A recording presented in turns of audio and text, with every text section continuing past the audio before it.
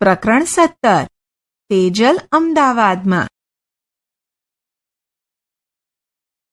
ચાલો આજે આપણે તમારા જેવડી જ તેજલની વાત સાંભળીએ. હું મહિના પહેલા માતાના ઈલાજ માટે અમદાવાદ આવી હતી. મારી માતાને હોસ્પિટલમાં દાખલ કરી હતી. અમદાવાદ મોટું શહેર. ધીમે ધીમે હું શહેરી જીવનને અનુકૂળ થવા લાગી છું. મને હજી પણ યાદ છે તે દિવસ જ્યારે હું અને મારી માતા અમદાવાદ સ્ટેશન પર ટ્રેનમાંથી ઉતર્યા ત્યારે કેટલી ભીડ હતી. મેં ઝડપથી મારી માતાનો હાથ પકડી લીધો. હું વિચારતી હતી કે આટલી ભીડમાં મામા અમને કેવી રીતે શોધશે. તરત જ પાછળથી મેં મોટેથી બોલવાનો અવાજ સાંભળ્યો, તેજલ, હો તેજલ. મેં પાછળ ફરીને જોયું તો તે મામા હતા. જેવું અમે સ્ટેશન છોડ્યું તરત અમે મામાના ઘર તરફ જવાના રસ્તા ઉપર હતા. પરંતુ દરેક જગ્યાએ ભીડ હતી. એક સાંકડી ગલીમાં હરોળબંધ કેટલી બધી ઝૂંપડીઓ હતી. અમે મામાના ઘર સુધી પહોંચવા તે ગલીમાંથી ગયા. મામા, મામી અને તેમની 2 દીકરીઓ અને એક દીકરો બધા એક જ રૂમમાં રહે છે. હું પણ તેમની સાથે અહીં રહું છું. અમે અહીં બેસીએ, સૂઈએ તથા જમવાનું અને કપડાં વાસણ ધોવાનું બધા જ કામ એક જ રૂમમાં કરીએ છીએ. મારા ગામના ઘરમાં પણ એક જ રૂમ છે, પરંતુ અમારે રસોઈ માટે અને નાહવા માટે જુદી જુદી જગ્યા છે. અમારે બહારની તરફ આંગણું છે. પાણી પાણી. હું, ઋત્વા અને મામી વહેલી સવારે 4 વાગે ઉઠીને સામૂહિક નળ પર પાણી ભરવા જઈએ છીએ. બાપરે, ત્યાં પાણી માટે કેટલા ઝઘડા થાય છે. જો અમે થોડા મોડા પડીએ ને તો અમે આખા દિવસનું પાણી ભરી શકીએ નહીં. અમારા ગામના ઘરમાં પણ નળ નથી. ગામડામાં તળાવમાં પાણી હોય છે. ત્યાં જવા માટે 20 મિનિટ લાગે છે. ઉનાળામાં ઘણીવાર તળાવમાં પાણી સુકાઈ જાય છે. પછી અમારે લગભગ 1 કલાક સુધી ચાલીને નદીએ પાણી ભરવા જવું પડતું. પરંતુ ગામમાં પાણી માટે ઝઘડા થતા નથી. ગલીમાં જ્યાં મામા રહે છે ત્યાં એક છેડે શૌચાલય છે. ગલીના લોકો તે શૌચાલયનો ઉપયોગ કરે છે. તે હંમેશા ખૂબ જ ગંદુ હોય છે અને ત્યાં દુર્ગંધ આવે છે. પહેલીવાર તો મને તેનાથી ઉલટી જેવું થતું. ત્યાં પાણી પણ હોતું નથી. અમારે સાથે પાણી લઈને જવું પડતું. હવે હું આ બધાથી ટેવાઈ ગઈ છું. મારા ગામમાં કેટલાક લોકો ખુલ્લી જગ્યામાં કે ખેતરમાં શૌચ માટે જાય છે. પુરુષો અને સ્ત્રીઓ અલગ અલગ જગ્યાએ જાય છે. લખો. આપણે બધા તેજલની વાત પરથી કેટલાક પ્રશ્નોના જવાબ લખીશું. તેજલને તેની માતાને લઈ ગામથી અમદાવાદ કેમ આવવું પડ્યું હતું? તેજલની માતા બીમાર હોવાથી તેના ઈલાજ માટે તેજલને તેની માતાને લઈ ગામથી અમદાવાદ આવવું પડ્યું હતું. તેજલને તેના મામાના ઘરે શૌચાલયનો ઉપયોગ કરતા કેમ ઉલટી જેવું થયું હતું? મામાના ઘરે શૌચાલય નથી, તેથી ગલીના છેડે જાહેર શૌચાલયમાં તેજલને શૌચાલય જવાનું થયું. જાહેર શૌચાલયનો ઉપયોગ ગલીના બધા લોકો કરતા હોવાથી તે ગંદુ રહેતું અને દુર્ગંધ મારતું હતું. તેમાં પહેલીવાર તેજલ શૌચક્રિયા માટે ગઈ હોવાથી ગંદકી અને દુર્ગંધના કારણે તેને ઉલટી જેવું થયું હતું.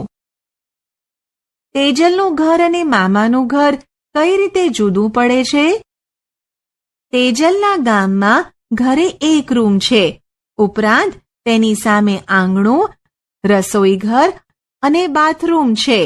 પરંતુ મામાના ઘરમાં એક જ રૂમમાં બધા રહે છે. તે જ રૂમમાં બેસવાનું, સૂવાનું, નહાવાનું, રસોઈ બનાવવાની, જમવાનું, કપડાં વાસણ ધોવા વગેરે કામ કરવામાં આવે છે. તેજલને સામૂહિક નળથી પાણી ભરવામાં અને ગામડે પાણી ભરવામાં શું તફાવત લાગે છે? સામૂહિક નળથી પાણી ભરવા માટે સવારે 4 વાગ્યાથી ઉઠીને પાણી ભરવા માટે લાઈનમાં ઊભા રહેવું પડે છે. જો થોડા મોડા પડી જવાય તો આખા દિવસનું પાણી ભરી શકાતું નથી. ત્યાં પાણી માટે ઝઘડા પણ થાય છે. તેજલના ગામમાં 20 મિનિટ ચાલીને તળાવમાંથી પાણી લાવવામાં આવે છે. ઉનાળામાં તળાવમાં પાણી સુકાઈ જાય તો કલાક ચાલીને નદીએ પાણી ભરવા જવું પડે છે. પણ ગામમાં પાણી માટે ઝઘડા થતા નથી. તેજલના મામા રહે છે ત્યાં વીજળી હશે. તમે કેવી રીતે જાણ્યું? હા, તેજલના મામા રહે છે ત્યાં વીજળી હશે, કારણ કે તે વિસ્તાર મહાનગરપાલિકાની હદમાં આવે છે. શીખી લીધું. દરરોજ મારે મારી માતાને જોવા બસમાં જવું પડે છે. પહેલીવાર મને આવી ભીડવાળી બસમાં જતા બીક લાગતી. મને તેની આદત ન હતી. હું ડરતી હતી. પણ હવે એવું નથી. મને ખબર છે લાઈનમાં કેવી રીતે ઊભું રહેવું, ટિકિટ માટે કેટલા પૈસા આપવા, ક્યાં ઉતરવું. અમે જ્યાં રહીએ છીએ ત્યાં નજીકમાં ઊંચા મકાનો છે. મારા મામી ત્યાં 7 ઘરની સફાઈ અને વાસણ ધોવાનું કામ કરે છે. એક દિવસ હું તેમની સાથે ત્યાં ગઈ હતી. જ્યારે પહેલીવાર મકાન જોયું મને થયું કે તે મોટું ઘર હતું, પરંતુ મેં જોયું ત્યાં ઘણા બધા ઘરો એકની ઉપર એક એમ હતા. મને આશ્ચર્ય થયું, હું કેવી રીતે આટલી બધી સીડી ચડીશ? પરંતુ ત્યાં લિફ્ટ હતી. તે મોટા લોખંડના પાંજરા જેવી હતી. તેમાં પંખો, લાઇટ અને ઘંટડી હતી. અમે કેટલા બધા માણસો ગોઠવાઈ ગયા અને બટન દબાવતા તે ઉપર પહોંચી ગઈ. સાચે જ હું બહુ ગભરાતી હતી. કહો, જેમ તેજલની માતાને હોસ્પિટલમાં દાખલ કરી હતી તેમ તમારા કોઈ સગાવાલા હોસ્પિટલમાં દાખલ થયેલ છે? હા, ખરું ને? તેમને કેટલા દિવસો માટે હોસ્પિટલમાં દાખલ કર્યા હતા? તેમને ઘણા દિવસ માટે હોસ્પિટલમાં દાખલ કર્યા હતા. તમે તેમની મુલાકાત લીધી છે? હા, ખરું ને? ત્યાં દર્દીની દેખરેખ કોણ કોણ રાખે છે? હોસ્પિટલમાં દર્દીની દેખરેખ ડોક્ટર અને નર્સ રાખે છે. તમે ઊંચા મકાનો જોયા છે? ક્યાં? હા, ઊંચા મકાનો આપણે અમદાવાદમાં જોયા છે. બીજું ઘર. મામી પહેલા મને હર્ષના ઘરે લઈ ગયા. તેનું ઘર 12મા માળે હતું. કેટલું મોટું ઘર, કેટલા બધા રૂમ, એક બેઠક ખંડ, એક ભોજન ખંડ, એક શયન ખંડ અને એક રસોડું. તેમનું શૌચાલય પણ ઘરમાં જ હતું. હર્ષના ઘરને સાફ કરતા મામીને ખૂબ જ સમય લાગ્યો, પરંતુ તે સરળતાથી કામ કરી શકે છે. રસોડામાં નળ છે અને તેમાં પાણી આવે છે. હર્ષે નાહવા માટે નળ નીચે પાણી ભરવા ડોલ મૂકી. પછી તે ટીવી જોવા બેઠો. કેટલો બધો પાણીનો બગાડ થયો. મને તે ના ગમ્યું. હું ગઈ અને નળ બંધ કર્યો. હર્ષના ઘરમાં મોટી કાચની બારીઓ છે. મામીએ મને બારીમાંથી બહાર જોવા કહ્યું. હું મામાની ગલી અને ઘર જોઈ શકતી હતી, પરંતુ કયું ઘર તેમનું છે એ કહી શકતી ન હતી. ત્યાં ઉપરથી દરેક વસ્તુઓ રમકડા જેવી નાનકડી લાગતી હતી. મને ઊંચાઈએથી જોવામાં ડર લાગતો હતો. તેજલ પહેલીવાર અમદાવાદ આવી ત્યારે તેને કઈ કઈ બાબતોનો ડર લાગતો હતો? તેજલને શરૂઆતમાં ભીડવાળી જગ્યાઓ પર જવામાં, ટ્રેનમાં અને બસમાં એક જગ્યાએથી બીજી જગ્યાએ જવા માટે ચડવામાં, ઉતરવામાં તથા સ્ટેશન પર ભીડમાં ચાલવામાં ડર લાગતો હતો. ઊંચી ઇમારતો કે બહુમાળી મકાનોની ઊંચાઈએથી નીચે જોવામાં તથા લિફ્ટમાં જવાનો ડર લાગતો હતો. આમ તેજલને આ બધી બાબતોથી ડર લાગતો હતો. જ્યાં તેજલના મામા રહેતા હતા તે અને ઊંચી ઇમારતોના મકાનો વચ્ચે શું તફાવત હતો તે આપણે અહીં લખીશું. આ તફાવત શા માટે છે? ચર્ચા કરો. તેજલના મામા રહે છે તે વિસ્તારમાં રહેવાવાળા લોકો ગરીબ છે, મજૂરી કરે છે અને માંડ માંડ પોતાનું ગુજરાન ચલાવે છે. જ્યારે ઊંચી ઇમારતો કે બહુમાળી મકાનોમાં રહેતા લોકો પૈસાદાર અને સુખી સંપન્ન છે. તમારા વિશે કહો. આપણે તેજલના મામાના ઘર અને ઊંચી ઇમારતોના મકાનો વિશે જોયું. હવે તમે તમારા વિશે કહો. તમે રહો છો તે ઘર અહીંયા આપેલમાંથી કોના ઘર જેવું છે તે કહો. આપણે અહીં તેના ઉપર વર્તુળ કરીશું. તમારા ઘરમાં પાણી ક્યાંથી આવે છે? આપણા ઘરમાં પાણી મહાનગરપાલિકા દ્વારા પાણી જોડાણની પાઇપલાઇનથી આવે છે. તમારા ઘરમાં વીજળી જોડાણ છે? જો હા, તો દિવસમાં કેટલા કલાક તમારા ઘરમાં વીજળી મળે છે? હા, આપણા સૌના ઘરમાં વીજળી જોડાણ છે. ઘરમાં દિવસના 24 કલાક વીજળી મળે છે. તમે જ્યાં રહો છો ત્યાં કઈ હોસ્પિટલ નજીકમાં છે? આપણી નજીક સિટી હોસ્પિટલ છે. અહીં આપેલી જગ્યાઓ તમારા ઘરથી કેટલી દૂર છે? ઘરેથી બસ સ્ટોપ ચાલતા જતા 5 મિનિટ થાય છે. ઘરથી બસ સ્ટોપ વચ્ચેનું અંતર 1/2 કિલોમીટર છે. ઘરેથી શાળાએ ચાલતા જતા 20 મિનિટ થાય છે. ઘરથી શાળા વચ્ચેનું અંતર 2 કિલોમીટર છે.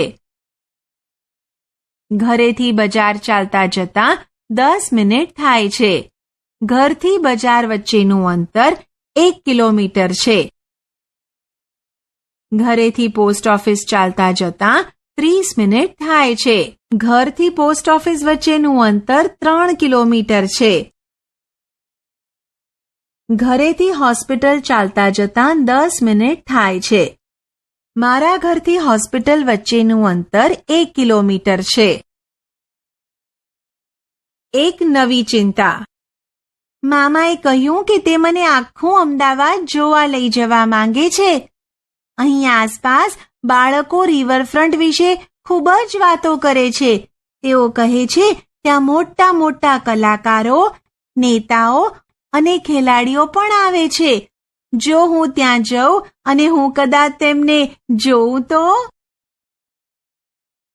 આ દિવસોમાં મામા ખૂબ જ ચિંતામાં છે. હું તેમને મને રિવરફ્રન્ટ લઈ જવા કહી શકું નહીં. છેલ્લા અઠવાડિયે કેટલાક લોકો નોટિસ લાવ્યા કે ત્યાંના લોકોએ તે જગ્યા છોડી દેવી પડશે. આ જગ્યા સરકારી હોવાથી ખાલી કરવાની છે. મામા કહે છે કે છેલ્લા 10 વર્ષમાં આવી ત્રીજી નોટિસ આપવામાં આવી છે. ત્યાં જે લોકો રહે છે તેમને ઘર માટે બીજા સ્થળે જગ્યા આપવામાં આવશે, પરંતુ તે થોડે દૂર છે. મામાને આટલે દૂરથી કામની જગ્યાએ જવા માટે વધારે સમય અને નાણાં જશે. મામીને બીજા કામની શોધ કરવી પડશે. હું પણ મારી માતાને મળવા કેવી રીતે જઈશ? હજી સુધી મારી માતા પૂર્ણ રીતે સાજી થઈ નથી. તમારી નોટબુકમાં લખો. મામાએ તેમનું ઘર કેમ બદલવાનું છે? મામા રહે છે તે જગ્યા સરકારી હોવાથી ત્યાં રહેતા બધા જ લોકોને જગ્યા ખાલી કરવાની નોટિસ આપવામાં આવી છે. તેઓને ઘર માટે બીજા સ્થળે જગ્યા આપવામાં આવશે. તેથી મામાએ તેમનું ઘર બદલવાનું છે. તમે તમારા ઘરેથી સ્થળાંતર કર્યું છે? જો હા, તો તમારે સ્થળાંતર કેમ કરવું પડ્યું? કોણ કહેશે? શું તમારા કુટુંબમાં સભ્યોએ કામ માટે દૂર જવું પડે છે? તેઓ ક્યાં જાય છે? તેમને કેટલે દૂર જવાનું હોય છે? ચર્ચા કરો. ત્યાં હોટલ બનવાની છે, તેના કારણે મામા અને બીજા બધાએ સ્થળાંતર કરવું પડશે. એ સારું છે? ના, આ બાબત સારી નથી. હોટલ જેવી મોજશોખની વ્યવસ્થા માટે આટલા બધા લોકોને હેરાન કરીને સ્થળાંતર કરાવવું તે યોગ્ય નથી. તેનાથી કોને ફાયદો થશે? તેનાથી સરકાર અને હોટલ બનાવનારને ફાયદો થશે. કોને મુશ્કેલીઓનો સામનો કરવો પડશે? તેજલના મામાના વિસ્તારમાં રહેતા તમામ ગરીબ લોકોને મુશ્કેલીઓનો સામનો કરવો પડશે. વિદ્યાર્થીઓ જાતે કરે. તેજલના મામાની જેમ કોઈ મુશ્કેલી પડી હોય તેવા લોકોને તમે જાણો છો? વર્ગમાં તેના વિશે વાત કરો. આપણે અહીં એક ઘરનું ચિત્ર દોરીને તેમાં રંગ પૂરીશું. આપણે શું શીખ્યા? અમદાવાદ જેવા મોટા શહેરોમાં ગરીબોને અનુભવાતી હાડમારીઓ અને મુશ્કેલીઓની સમજ. અમદાવાદ જેવા મોટા શહેરોમાં શ્રીમંતો અને ગરીબોના ઘરો વચ્ચે જોવા મળતા તફાવત વિશે જાણકારી. ગરીબો રહેતા હોય તેવી સરકારી જગ્યાઓને સરકાર દ્વારા ખાલી કરાવવું યોગ્ય છે કે અયોગ્ય તે અંગેની સમજ.